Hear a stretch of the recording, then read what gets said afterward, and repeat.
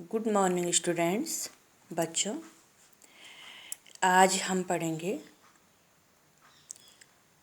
कक्षा 7वीं की जो संस्कृत की पाठ्य पुस्तक है उससे पढ़ेंगे हम पंचमः पाठः का अभ्यास कार्य। क्योंकि जो पंचमः पाठः है पंडिता रमाबाई, ये मैं आपको पढ़ा चुकी हूँ पाठ, और इसका मैंने एक्सप्लेन भी किया था, अनुवाद भी मैं इसका बता चुकी हूँ आपको, तो आपके समझ में आ गया होगा। और जो इसके शब्दार्थ है वो मैंने आपको रिटर्न वर्क दिया था, काम करने के लिए दिया था, होमवर्क, वो भी आपने कर लिया होगा। तो बच्चों, आज हम आते हैं पाठ के अभ्यास कार्य की तरफ। तो अभ्यास कार्य में आपने ध्यान से देखना है और ध्यान से समझना है। तो इसमें है एक पदेन उत्तरत। एक पदेन का उत्तरत होता है वन वर्ड में जो हम आंसर देते हैं उसको बोलते हैं एक पदेन उत्तरत, वन वर्ड आंसर। तो ध्यान से समझिए। पंडिता सरस्वती इति उपाधिभ्यां का विभूषिता। जो पंडिता और सरस्वती नाम की जो उपाधि थी उसको, उस उपाधि से किसको विभूषित किया गया, किसको मिली वह उपाधि? उपाधि मिली थी ना किसको? पंडिता रमाबाई को। रमाबाई को क्या मिली थी? उपाधि। क्योंकि उन्होंने शिक्षा के क्षेत्र में उनका काफ़ी योगदान रहा है और इसलिए उनको उपाधि मिली थी। रमा कुतः संस्कृत शिक्षा प्राप्तवती। जो रमा थी, जिनकी ये पीछे आपने कहानी पढ़ी है, रमा कुतः संस्कृत शिक्षा प्राप्त होती। रमा ने किस से संस्कृत शिक्षा प्राप्त की? रमा ने अपनी माँ से संस्कृत शिक्षा प्राप्त की। तो इसका वन वर्ड आंसर होगा स्वमातुः, अपनी माँ से।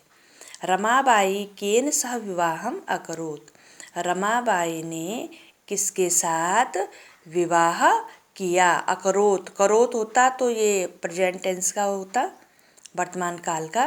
अकरोत मतलब किया, पास्ट टेंस का है, रंग लकार भूतकाल का है, तो इसलिए अकरोत है। तो किसके साथ किया उन्होंने विवाह? विपिन बिहारी दासेन। विपिन बिहारी दास के साथ उन्होंने क्या किया? विवाह किया। कासां शिक्षायां रमाबाई स्वकीयं जीवनम अर्पितवती। किसकी शिक्षा के लिए रमाबाई ने अपना जीवन समर्पित किया, अपना जीवन अर्पित किया? किसकी शिक्षा के लिए? इसमें आएगा स्त्रीणाम। स्त्रियों की शिक्षा के लिए उन्होंने क्या किया? अपना जीवन स्त्री शिक्षा के लिए समर्पित कर दिया। रमाबाई उच्च शिक्षार्थम कुत्र अगच्छत। रमाबाई ऊंची शिक्षा के लिए कहाँ गए? अगच्छत। गच्छत होता तो ये प्रेजेंट का होता, अगच्छत मतलब गए। तो कहाँ गए? इंग्लैंड देशम। तो बच्चों, ये समझना है आपने। अब है रेखांकित पदानि आधृत्य प्रश्न निर्माणम कुरुतः। जो रेखांकित पद हैं इनमें जो यहाँ लिखे हैं ये तो आंसर, ये पहले भी आप बहुत कर चुके हैं तो आपके समझ में आ जाएगा। तो ये जो दिए हैं ये सब आंसर हैं, तो इनको देखकर हमें प्रश्न का निर्माण करना है। ये उत्तर है तो हमें प्रश्न का निर्माण करना है। तो रमायाः पिता समाजस्य प्रतारणाम् असहत। रमा के पिता ने समाज की प्रताड़ना सही। अब यहाँ पे आएगा कस्याः। कस्याः पिता समाजस्य प्रतारणाम् असहत। कस्या है स्त्रीलिंग है इसलिए कस्याः आया है, पुल्लिंग होता तो कस्या आता। तो रमायाः पिता समाजस्य प्रतारणाम् असहत। रमा के पिता ने समाज की प्रताड़ना सही। अब आंसर, ये तो उत्तर है। अब इसका जब जो अंडरलाइन जो ये शब्द हैं इसके ऊपर जब हम ये शब्द लगाएंगे दूसरा, तो यहाँ क्वेश्चन का निर्माण हो जाएगा, प्रश्न बन जाएगा ये।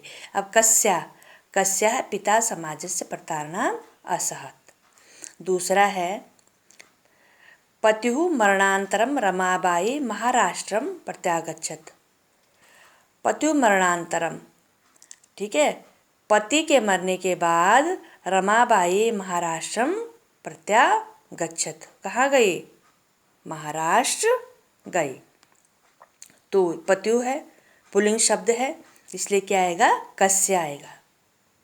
यहाँ स्त्रीलिंग शब्द था रमया, इसलिए क्या आया? कस्या, और ये पुल्लिंग शब्द है तो कस्य आएगा। ठीक है, तो इसका प्रश्न निर्माण क्या होगा? यहाँ पर कस्य लग जाएगा तो कस्य मरणानन्तरम रमाबाई महाराष्ट्रम प्रत्यागच्छत, और यहाँ आएगा पत्यु मरणानन्तरम रमाबाई महाराष्ट्रम प्रत्यागच्छत। अब है ग, रमाबाई मुंबई नगरे शारदा सदनम स्थापयत। रमाबाई ने मुंबई नगर में शारदा सदन की स्थापना की।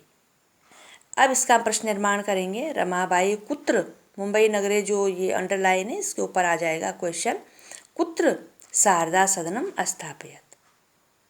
आपके समझ में आ रहा होगा, मैं कई बार करवा चुकी हूँ ये। अब है 1922 तमे ख्रीष्टाब्दे रमाबाई महोदयायाः निधनम अभवत्। अब 1922 में रमाबाई का क्या हो गया था? निधन हो गया था। अब यहाँ आएगा 1922 तमे ख्रीष्टाब्दे कस्याः निधनम अभवत्। प्रश्न का निर्माण हो गया। कस्याः स्त्रीलिंग है इसलिए कस्याः।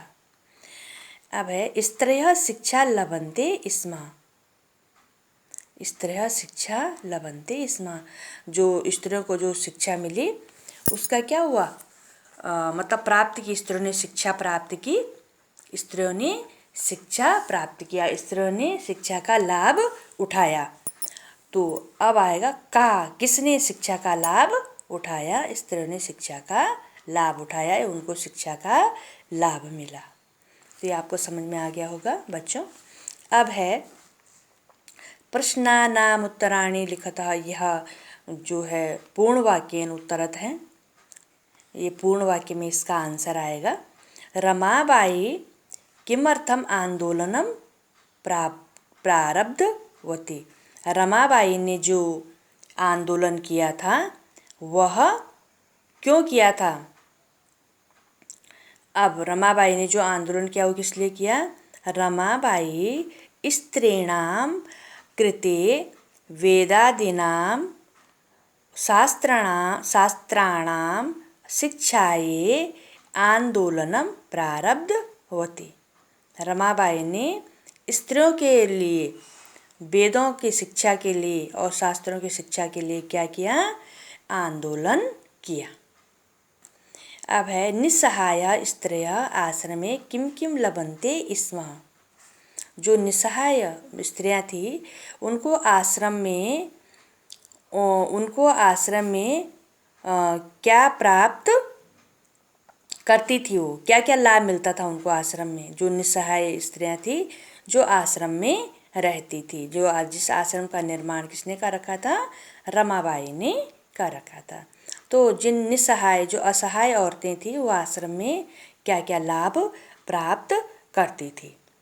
अब इसमें देखिए आंसर, निस्सहाय स्त्रियः मुद्रणः टङ्कणः काष्ठकलादीनांच प्रशिक्षणमपि लभन्ते स्म। जो निस्सहाय औरतें थी वह क्या करती थी? मुद्रण, जो छपाई का काम होता है, और टंकण, कंप्यूटर का काम करती थी, काष्ठकलादीनांच, और लकड़ी के कलाकारी का काम करती थी। इससे वह लाभान्वित होते थे। कौन? जो आश्रम में स्त्रियां रहती थी। कस्मिन् विषये रमाबाई महोदयायां योगदानम अस्ति। अब किस विषय में रमाबाई का महत्वपूर्ण योगदान रहा? तो उनकी किसमें महत्वपूर्ण योगदान रहा उनका? स्त्री शिक्षाणाम समाज सेवांच रमाबाई महोदया योगदानम अस्ति। स्त्री शिक्षा और समाज सेवा में क्या रमाबाई महोदया का योगदान रहा? अब है केन रचनाद्वयेन रमाबाई प्रशंसिता वर्तते। किस रचना के कारण, जो उनकी दो रचनाएं थी, किसके कारण रमाबाई प्रशंसा की पात्र बनी? अब है उनका जो, उन्होंने जो दो रचनाएं की थी स्त्री धर्मनीति और हाई कास्ट हिंदू वुमेन। तो स्त्री धर्मनीति हाई कास्ट हिंदू वुमेन इति रचनाद्वयेन रमाबाई प्रशंसिता वर्तते। इन दो रचनाओं के कारण क्या है, रमाबाई प्रशंसा के पात्र बने, तारीफ के पात्र बने। अब है बच्चों प्रश्न नंबर 4। इसमें दिया है अधोलिखितानां पदानां निर्देशानुसारं पदपरिचयः लिखतः। जो ये नीचे लिखे हुए जो क्या है पद हैं, उनका परिचय निर्देशों के अनुसार उनका क्या करना है, परिचय लिखना है। तो पदानी है इसमें, और मूल शब्द है, लिंग है, विभक्ति है और वचन है। पदानी मतलब शब्द है जो। तो देखो पदानी मूल शब्द क्या है, जो वेदानाम शब्द है उसका मूल शब्द क्या है, वेद। वेद से ही वेदानाम बना है। इसका वेद का लिंग क्या है, स्त्रीलिंग शब्द है कि पुल्लिंग शब्द, ये पुल्लिंग शब्द है। और वेद ये विभक्ति है, इसमें क्या है, इसमें विभक्ति षष्ठी विभक्ति है। और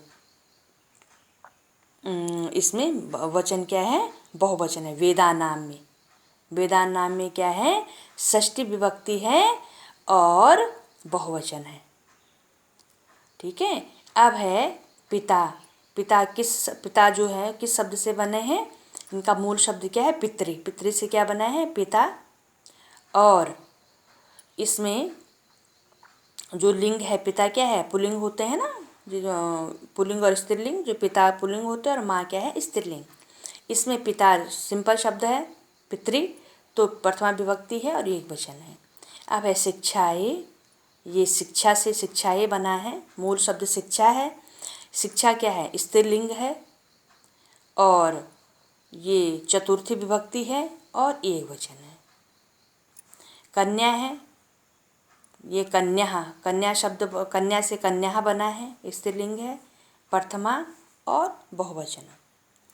नारीणाम है, नारी से बना है नारीणाम, स्त्रीलिंग शब्द है, षष्ठी विभक्ति है और बहुवचन है।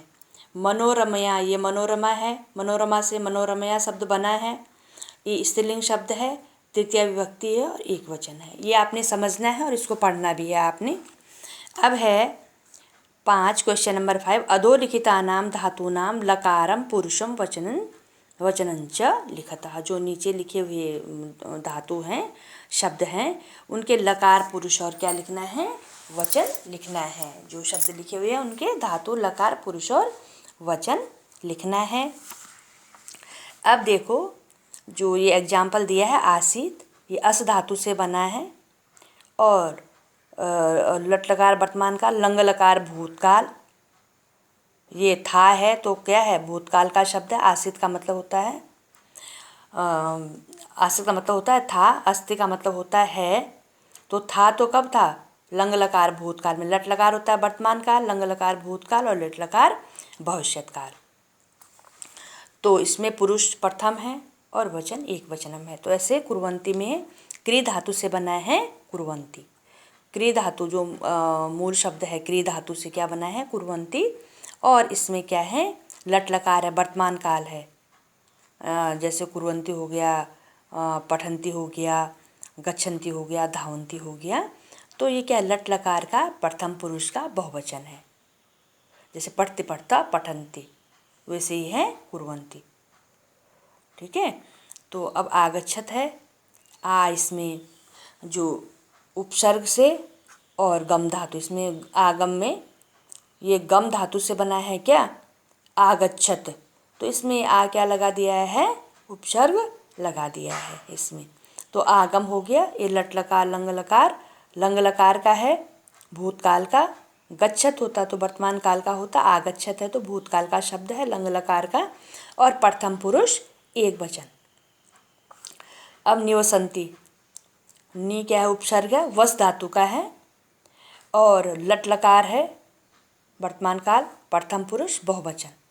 जैसे कुर्वंती है वैसे निवसंती भी है बहुवचन का शब्द। अब गमस्यति है, गम धातु, लट लकार और प्रथम पुरुष एक वचन। ठीक है। अकरोत क्री धातु का है, लंग लकार भूतकाल का है, करोत होता तो वर्तमान काल का होता, और अकरोत है तो किसका है, लंग लकार भूतकाल का है, प्रथम पुरुष एक वचनम। तो ये बच्चों ये आपने समझना है, ये पढ़ने के लिए है। जब आप इनको पढ़ेंगे तभी आपको समझ में आएगा, यदि पढ़ेंगे नहीं तो समझ में नहीं आएगा। अब है अधोलिखितानि वाक्यानि घटनाक्रमानुसार लिखता। जो नीचे लिखे वाक्य है इनको हमने कैसे लिखना है, घटना के अनुसार लिखना है कि पहले क्या हुआ था।